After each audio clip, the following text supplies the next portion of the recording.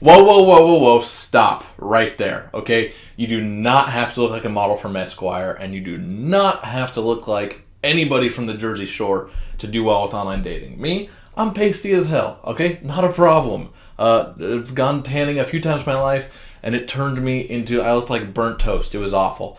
So, online dating really can be whatever you want it to be. If you're looking to just meet a lot of women and get out there and just be really active and going on multiple dates a week, it's totally possible. I've done it. I've used it to do that, all right? If you're also looking for something that's deeper, something with greater meaning, greater purpose, a real relationship, something you could see having long term, it can help you get there as well. See, like anything else in today's world with like advertising and marketing, in dating, you're pretty much doing that just with you, just with your personality and how you are. You are selling yourself to these women. Those of you who've ever had like a job hunt, had to really look for work, you know exactly what I'm talking about. So online dating isn't weird anymore. It's pretty normal. And all you're really doing is just increasing your opportunities. You're increasing your exposure, and you're going to meet a lot more people once you do it right. To do it right, though, there are some major obstacles, some major barriers that have to be overcome first.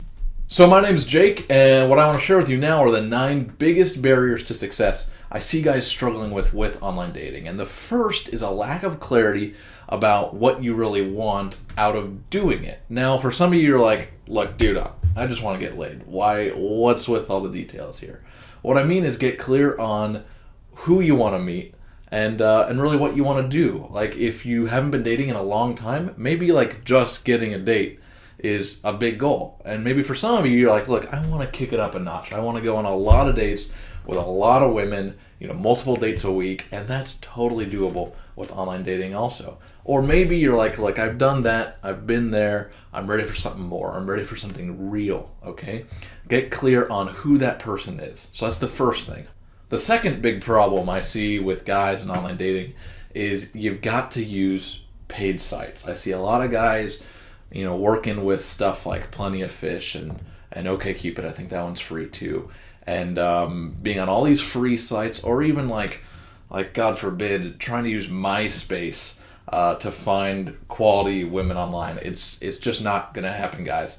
So what I always say is if they don't pay attention. If someone is forking over $20, $30, $40 a month for some of these services, they're going to be much more driven to actually find somebody of quality and meet people who are real people and who aren't broke, basically. So that's the second thing, is you got to use paid sites if you really want to be successful with this. All right, so the third thing is photographs. You've got to use good photos of yourself on your profile. It really is like your first presentation of you and who you are, is what you look like. So you want to reflect like you. You don't want bad photos. And for some reason, there's a lot of bad advice about what kind of photos to use. The one hint I'll give you right now is it is okay. In fact, I encourage it to have photos of you with other women, okay? Maybe not you like making out with them. That's probably not a great idea. And maybe not you like hammered with a girl backing it up into your crotch. That's probably not communicating what you want to communicate. It's fine to have pictures of you with other women, okay? That's probably good, because then ladies who see your profile go, oh, he's not just a loser sleeping in his parents' basement, eating Cheetos, and who just watches porn. He actually has friends who are women. So, say that. Show that to them. They want to know that. That matters, okay? All right, fourth thing is your description. So, a lot of guys I see, they'll do these short little descriptions that are like, I'm a fun-loving man who likes to work hard and play hard. I enjoy a nice time with ladies and can be both casual and formal. Like, okay, come on. Seriously? It's like the most boring thing you could ever say. And the whole work hard, play hard thing, guess what? Everybody else is saying that, all right? So you want your description to really do 3 things. 1, be a real expression of you. Honestly talk about who you are, what you like to do, what you do for a living, where you want to go. And don't spill all your guts on this thing. Write more than a few sentences, though. So first thing is express yourself. Second thing is be clear about the kind of person you're looking for and what you want. If you're looking for a relationship, say, I'm on here because I want a relationship. All right? You're not going to scare anyone away except for people who don't, which you don't want to meet them, do you? You want to meet people who are also looking for what you want. Quick note on that, though, if you really are just looking to get a lot of tail, you don't need to say that. That's okay. That won't serve you. Third thing is be clear about what you don't want. Be clear about the kind of people you don't want to hang out with. Be a little polarizing, okay? And it's okay to say that because guess what? If you meet that person, it'll be a waste of your time and their time. So be clear about you, be clear about what you want, and be clear about what you don't want, okay? Fifth thing, so you got your profile together, you got a paid site, you're clear on what you want, you got your profile now. Okay, so now when you message women, what do you got to do in the emails? The biggest thing I see guys do that I can give you right now is they have crappy subject lines. They just go like, hi, or it just says subject because they didn't put anything in there. So when she sees the email from you, she'll see your picture and she'll see your subject line. So put something that doesn't suck there. Okay, do something fun, do something different, play with this a bit, have fun with this stuff. This doesn't have to be a horrible experience. In fact, it should be a blast, all right? So do something much different with your subject lines. Sixth thing with emails is don't spend a lot of time emailing. If you're interested and if they seem interested, get them on the phone as quickly as possible.